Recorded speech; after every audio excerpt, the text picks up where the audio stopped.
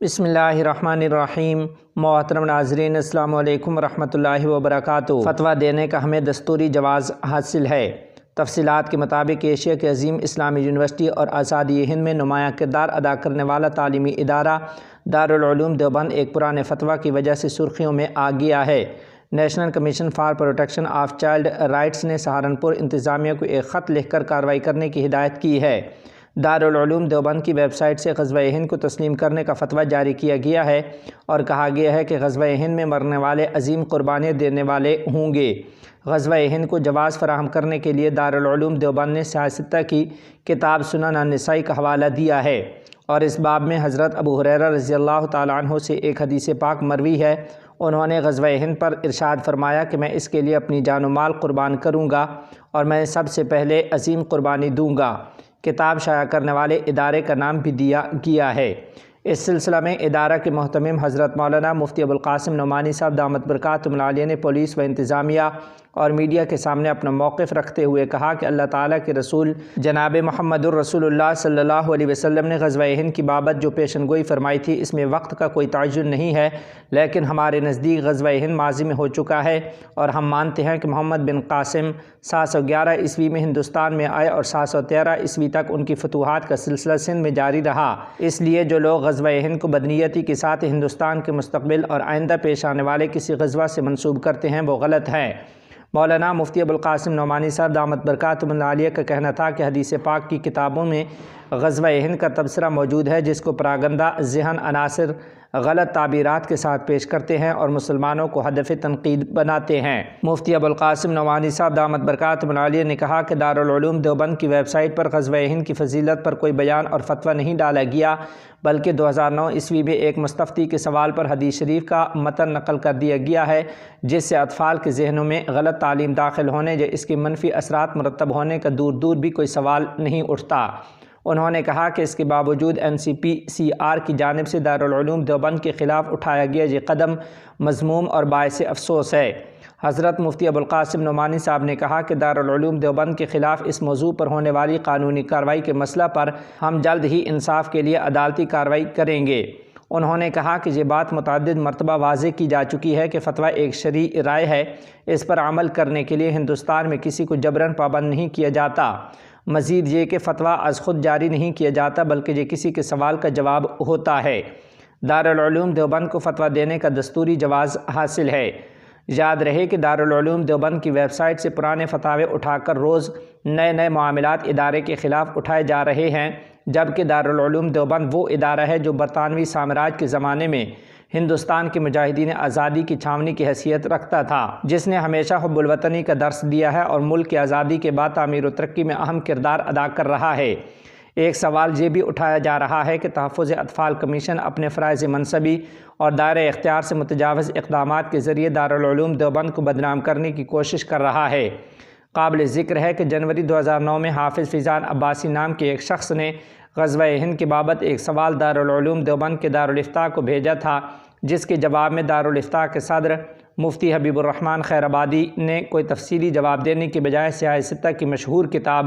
سنن النسائی میں امام نسائی رحمۃ اللہ علیہ کے ذریعے باندھے گئے غزوہ ہند کے باب کی ایک حدیث کو نقل کر دیا تھا جس میں وقت اور زمانے کا کوئی تعین نہیں ہے۔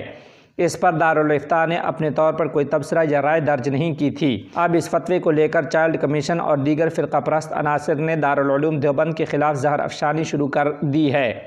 ادھر اس سلسلہ میں سہارنپور کے ضلع مجسٹریٹ ڈاکٹر دنیش چندر نے کہا ہے کہ اس معاملہ میں NCPCR کی جانب سے ہمیں نوٹس موصول ہوا ہے جس کی بنیاد مقامی افسران کو دارالعلوم دیوبند بھیجا گیا۔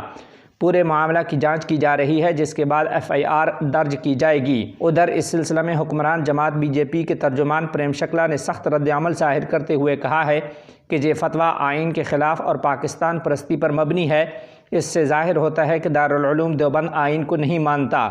انہوں نے کہا کہ بھارت میں طالبانی سوچ اور فکر کسی بھی صورت قبول نہیں کی جائے گی۔ دیوبند اردو ٹائمز کے ایڈیٹر سمیر چودھری نے کہا ہے کہ عالم اسلام میں اپنی منفرد اور ممتاز حیثیت رکھنے والے دینی ادارے دارالعلوم دیوبند کے خلاف اس وقت نت نئے فتنے کھڑے کیے جا رہے ہیں۔ اس کے باوجود ارباب دارالعلوم دیوبند ابھی تک دفاعی پوزیشن میں ہیں۔ حالانکہ اب پانی سر سے اوپر جا رہا ہے، اس لیے آئینی طریقہ سے حالات کا مقابلہ کرنے کی ضرورت ہے، وگرنہ یہ لوگ مزید نئی سازشیں رچیں گے۔ اگرچہ اس عظیم ادارہ کو کوئی نقصان نہیں پہنچے گا، لیکن ذمہ دار اور امت ان وقتی الجھنوں کا شکار ضرور ہو کر رہ جائیں گے۔ جیسا کہ آپ جانتے ہیں، اب ہر ماہ اوسطاً ایک ایسی خبر آ ہی جاتی ہے جو دارالعلوم دیوبند کے خلاف بڑی سازش کا شاخسانہ معلوم ہوتی ہے۔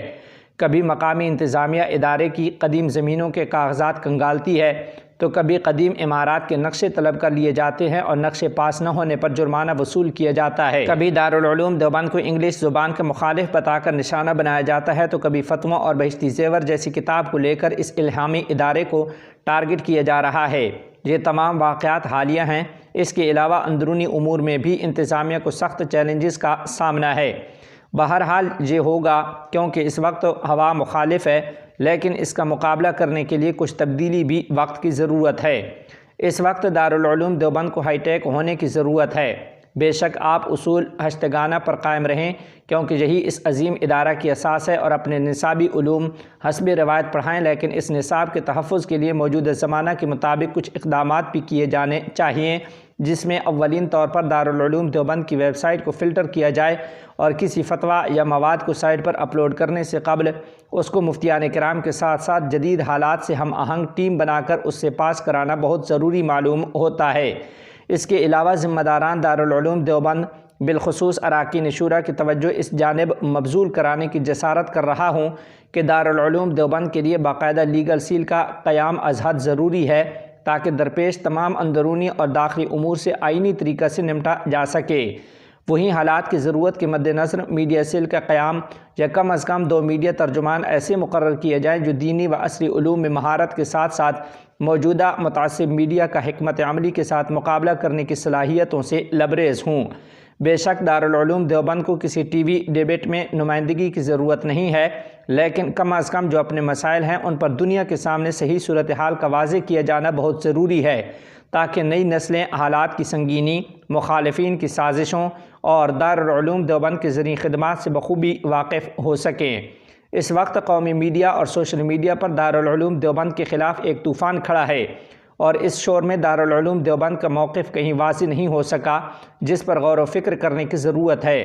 جس طرح دارالعلوم دیوبند کے خلاف ایک مبینہ آئی ٹی سیل کام کر رہی ہے اور کمزوریوں کو تلاش کر کے انہیں منظر عام پر لا کر ادارہ کو نقصان پہنچانے کی ناکام اور مذموم کوشش کر رہی ہے، اسی طرح مقامی سطح پر بھی کچھ سطحی ذہنیت کے لوگ حکومت کی سرخروئی حاصل کرنے اور اپنے سیاسی قد کو اونچا کرنے کے لیے دارالعلوم دیوبند کے خلاف نئے فتنے کھڑے کرنے کی کوششوں میں مصروف ہیں۔ حالانکہ یہ لوگ بخوبی واقف ہیں کہ ملک کی آزادی اسی دارالعلوم دیوبند کی دین ہے، اور یہاں کے ہزاروں لاکھوں علماء نے آزادی وطن کے لیے اپنا سب کچھ قربان کر دیا تھا، لیکن چونکہ موجودہ حکومت کو یہ تاریخی حقائق پسند نہیں ہیں، اس لیے میڈیا میں ایسے شوشے کھڑے کیے جا رہے ہیں تاکہ دارالعلوم دیوبند جیسے عظیم ادارہ کے وقار کو مجروح کیا جا سکے۔